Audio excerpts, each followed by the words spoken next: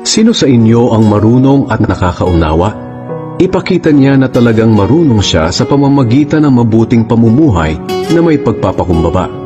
Kung pagkainggit at pagkamakasarili naman ang umiiral sa inyong puso, huwag ninyong ipagyabang na may karunungan kayo, dahil pinasisinungalingan niyo ang katotohanan. Ang ganitong karunungan ay hindi nagmumula sa Diyos kundi sa mundo.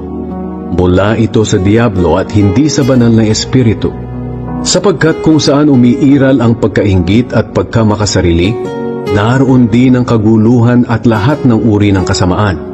Ngunit ang taong may karunungang mula sa Diyos, una sa lahat ay may malinis na pamumuhay.